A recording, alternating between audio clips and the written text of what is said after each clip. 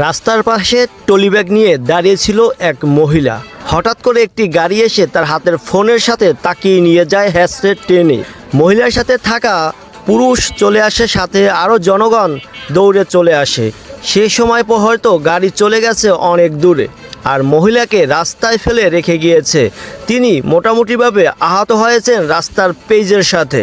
আর এই ঘটনা সিসি ক্যামেরায় ধরা হয়েছে খুব সুন্দরভাবে, যেটা দেখে সবাই হতবাক যে সামান্য একটা মোবাইলের জন্য একটা গাড়িতে ব্যবহার করে ছিনতাই। এটা আসলে ডিজিটাল যুগের ডিজিটাল ছিনতাই হিসেবেই গণ্য করা হয়, যেটা দেখে হতবাক সবাই যে বর্তমান সময়ে মানুষের চলাচলের অবস্থা কোথায় গিয়ে দাঁড়িয়েছে।